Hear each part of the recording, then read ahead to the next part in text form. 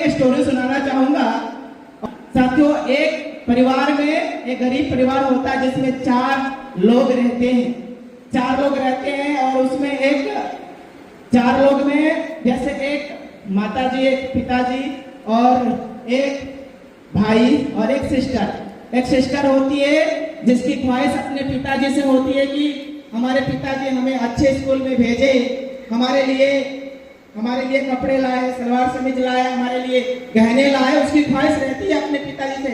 अब चूंकि पिताजी मजदूर होते हैं, उनके सपनों को पूरा नहीं कर पाते हैं, वो हर दिन रोती है, चिल्लाती है कि हाँ, हमारे पिताजी मजदूरी कर रहे हैं, 300 रुपया कमा रहे हैं और हमारे सपनों को पूरा नहीं कर पा रहे। एक दिन हुआ क्या, जब वो ऐसे ही कह रही थी, हर दिन अपने पिताजी से जिद करती थी, लेकिन उसके पिताजी चूंकि गरीब थे, कर नहीं पाते थे उसके सपनों को पूरा। लेकिन वो लड़की अगले दिन चली गई पहाड़ के ऊपर कूदने के लिए कि हाँ, अब हमारी जिंदगी व्यर्थ है, अब हम अपने जिंदगी में कुछ हो ही नहीं पा रहा, हमारे पिताजी हमारे सपनों को पूरा ही नहीं कर पा रहे हैं। तो ऊपर से एक आवाज आती है कि बेटी क्या करने जा रही है, अभी तुम्हारा भाई तो है, तुम्हारे सपनों को पूरा करने वाला। फिर वो वहां से चली जाती है। घर आने के बाद फिर उसकी जो ख्वाहिश होती है, सपने होते हैं, उसके भाई के साथ लग जाते हैं। अब भाई से वो उम्मीद करती है कि भाई हमारे लिए गहने लाएगा, हमारे लिए कपड़े लाएगा, हमारे लिए अच्छे गहने लाएगा। लेकिन उसका भाई भी चूंकि अब गरीब फैमिली में जो सोच होगी वैसे ही, चूंकि उनके पिताजी मजदूर थे तो लड़का भी चूंकि मजदूरी किया करता था, उसके पास भी ज्यादा पैसे नहीं हुआ करते थे, या वो शराब दारू पीने में वो अपने पैसों को बर्बाद कर लेता था। उसकी सपने तो थी, लड़की के सपने तो थी अपने भाई के साथ में, लेकिन वो भाई भी उसके सपनों को पूरा नहीं कर पाया। फिर वो लड़की निराश होके, परेशान होके चली गई ऊपर पहाड़ के ऊपर कूदने के लिए।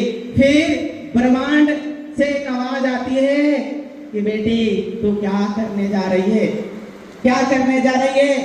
अभी तो तुम्हारी शादी नहीं हुआ, कोई बात नहीं, तुम्हारे पिताजी ने तुम्हारे सपनों को पूरा नहीं किया, तुम्हारे भाई ने तुम्हारे सपनों को पूरा नहीं किया, लेकिन अभी तुम्हारी तो शादी करनी बाकी है, तुम्हारी शादी होनी बाकी है।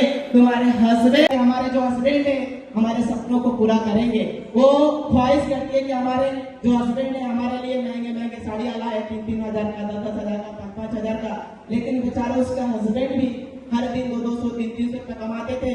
केवल खाने में ही पैसा निकल जाता था, खाने में ही पूरा का पूरा पैसा मतलब चला जाता था, खर्च हो जाता था, उसकी ख्वाहिश पूरा नहीं हो पाया। फिर वो परेशान हो गया, हताश हो के अब कहने लगी अब चाहे कुछ भी हो जाए, अब तो मैं मर के ही रहूंगी। फिर चली गई उस पहाड़ के ऊपर और वहां से जैसे ही पैर बढ़ाया आगे छलांग लगाने के लिए, कूदने के लिए, मरने के लिए, तब तक फिर से एक बार आवाज आती है ऊपर से, ब्रह्मांड से आवाज आती है कि बेटी कर क्या रही है, तुम क्यों मरने जा रही है, अभी तुम्हारे पेट में जो बच्चा पल रहा है वो तुम्हारे सपनों को पूरा करेगा, जो बच्चा आने वाला है वो तुम्हारे सपनों को पूरा करेगा। वो बोली कि नहीं, ना हमारे सपनों को हमारे पिताजी कंप्लीट कर पाए, ना हमारे जो है भाई कंप्लीट कर पाए, ना हमारे हस्बैंड कंप्लीट कर पाए, लेकिन ऊपर से आवाज आती है कि नहीं, अब ये जो आपका लड़का है वो आपके सपनों को कंप्लीट करेगा। और दोस्तों, अब उसके सपने, उस औरत की सपने उसके बच्चे के साथ में लग जाती है। वो अपने बच्चे को खूब परवरिश करती है, सेवा करती है, रातों दिन भर उसके लिए अच्छे विचार, अच्छे सपने देखती है, अच्छे मतलब खाना भी खाती है। और साथियों, उस बच्चे को लगातार 9 महीने तक पालती है। जब 9 महीने के बाद वो बच्चा आता है इस धरती के ऊपर, तो उस बच्चे को और आगे बढ़ाती है, और वो जब बच्चा 18 साल का हो जाता है, 20 साल का हो जाता है, फिर उस माँ की सपने उस बच्चे के साथ में लग जाती है कि ये हमारा जो लड़का है ये हमारे सपनों को पूरा करेगा। और दोस्तों, हम ही उस माँ के संतान हैं, हम ही उस माँ के औलाद है जो अपनी माँ की ख्वाहिशों को पूरा करेंगे।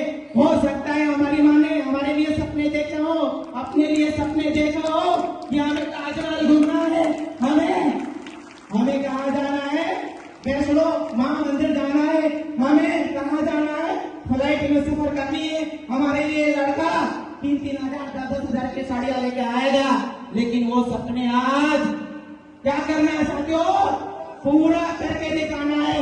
Are you ready? क्या आप तैयार हैं? क्या आप अपने माता जी के सपनों को साकार करने के लिए रेडी हैं? बीच में मुश्किलें आएगी, तकलीफें आएगी, कई लोग कमेंट करेंगे। साथियों, अपॉर्चुनिटी मिल चुका है, बिजनेस मिल चुका है, सिस्टम मिल चुका है, जिसके लिए हम वर्षों तलाश कर रहे थे। हम हमेशा भगवान से, अल्लाह से, गॉड से, उस ब्रह्मांड की शक्ति से हमेशा दुआ कर रहे थे कि हे ब्रह्मांड, हे भगवान, हे अल्लाह, हे गॉड, हे ईश्वर, हे परमेश्वर, हमें एक ऐसी अपॉर्चुनिटी दे दे जहां से हमारे सपने, ख्वाहिश कंप्लीट हो जाए। और साथियों, हमारे माता जी भी हमसे सपने लगा रखी है। तो साथियों, आज अपॉर्चुनिटी मिल चुका है यूपी। अब हम सबको मिलके अपने सपनों को कंप्लीट करना है। क्या आप सब लोग रेडी हैं? तैयार हैं सर? Are you ready? तो साथियों, कहते हैं कि ये अजब गजब का साया है, किस्मत तो यूपी वालों ने पाया है। ये अजब गजब का साया है, किस्मत तो यूपी वालों ने पाया है। और मैं जब भी करता हूँ लाखों करोड़ों की बात, पड़ोस वाले बोलते हैं सारा पी के आया है। Thank you very much. Thank you.